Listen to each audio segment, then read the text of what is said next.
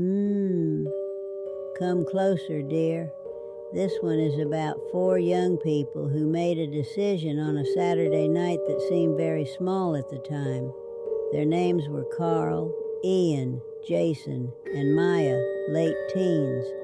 The age when fear feels like a game and consequences feel like something that happens to other people. They had heard about Greywood asylum the way teenagers hear about everything, through rumor and exaggeration and the particular thrill of a story that cannot be verified. Abandoned since 1974. Something terrible happened there. Nobody goes in. Nobody goes in. To a certain kind of 17-year-old that is not a warning. It is an invitation. Carl found the hole in the fence. Jason had the bolt cutters anyway. Ian brought the camera. Maya brought a torch and told them all 3 times on the drive over that this was a bad idea. She was right. She was always right. It did not help. Greywood Asylum had been built in 1891. 4 floors, long wings stretching out from a central tower, windows that had been bricked up at some point and then unbricked again, which was itself a detail worth thinking about, if any of them had been thinking about details. They were not thinking about details. They were 17 and it was Saturday and the asylum was exactly as dark and enormous and wrong-feeling as a good story required it to be. Carl went in first. Of course he did. Carl always went first. The inside smelled of damp and old plaster and something underneath those things that none of them named. They moved through the corridors with their torches cutting pale beams through the dark. Graffiti on the walls. Layers of it. Years of other teenagers who had been brave enough to get this far. Overturned furniture. Broken glass. The ordinary decay of an abandoned building. Ordinary. That was the word Maya kept using to herself as they walked. It's ordinary. It's just an old building. There's nothing here. She noticed the floor on the second corridor. Clean. Not clean the way an abandoned building is clean after rain comes through a broken window. Clean the way a floor is clean when someone has swept it. Recently, the dust pushed to the edges in careful lines. She said nothing. She should have said something. Jason found the room. 3rd floor, east wing. Behind a door that should have been locked and wasn't. He pushed it open and called the others over, and they stood in the doorway and none of them said anything for a moment. Candles, dozens of them, arranged in careful patterns across the floor, all burning. Not the burned down stubs of candles left years ago. Burning, full, recently lit. The floor between them was covered in symbols, painted in something dark that caught the candlelight in a way that made Maya's stomach turn. The symbols spiraled toward the center of the room, where a low stone altar sat, old, permanent, built into the floor itself, not abandoned, not even slightly. Carl said it was probably just local kids messing around. Nobody agreed with him. Nobody said that either. They turned to leave. The corridor was blocked. How many of them there were was difficult to say in the dark. Figures in dark robes standing at the far end of the corridor, hoods drawn, faces invisible, standing perfectly still in the way that only something very certain of the situation stands still. Ian counted 7. Jason said under his breath that they needed to go the other way. There was no other way. The other end of the corridor ended at a bricked-up window they had noted on the way in. Carl stepped forward. Of course he did. Carl always stepped forward. And asked who they were. The figures did not answer. They took one step forward. All of them, together, in perfect unison. They ran. Back through the east wing, down the staircase, into corridors they had not explored, deeper into the asylum instead of out of it, because out of it required passing the figures and nobody was willing to do that.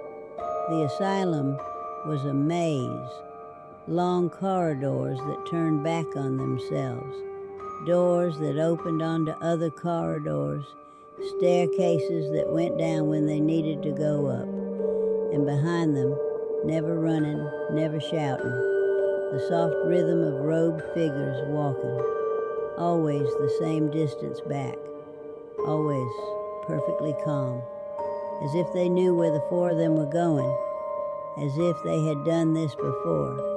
Carl was first. A door they ran past, a door that had been closed, opened as he passed it, and two pairs of hands came out, and Carl was gone before any of them understood what had happened. One moment he was at the front, the next the door was closed. Ian hit it with his shoulder, locked. He hit it again, solid. From behind the door, nothing, no sound, no Carl. Jason pulled Ian away from the door. Maya was already running, 3 of them now. They lost Ian on the 2nd floor. The torchlight had been failing for 20 minutes.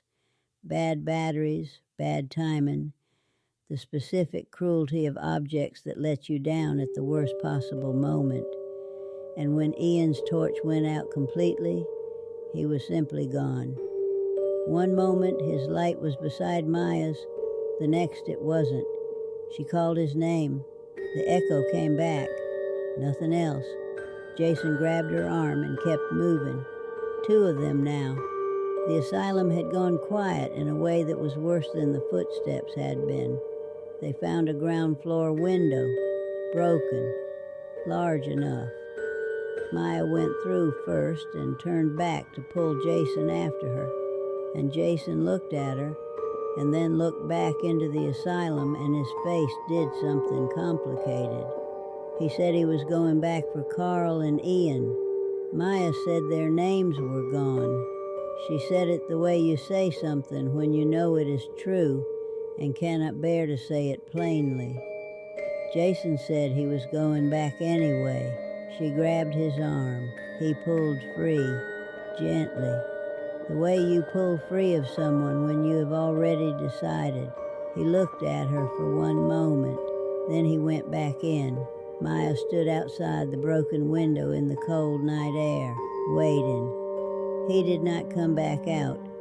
She ran. Across the asylum grounds in the dark, through the overgrown grass, past the hole in the fence where they had come in 3 hours ago, laughing and pushing each other and talking too loud the way teenagers do when they're pretending not to be afraid. 3 hours.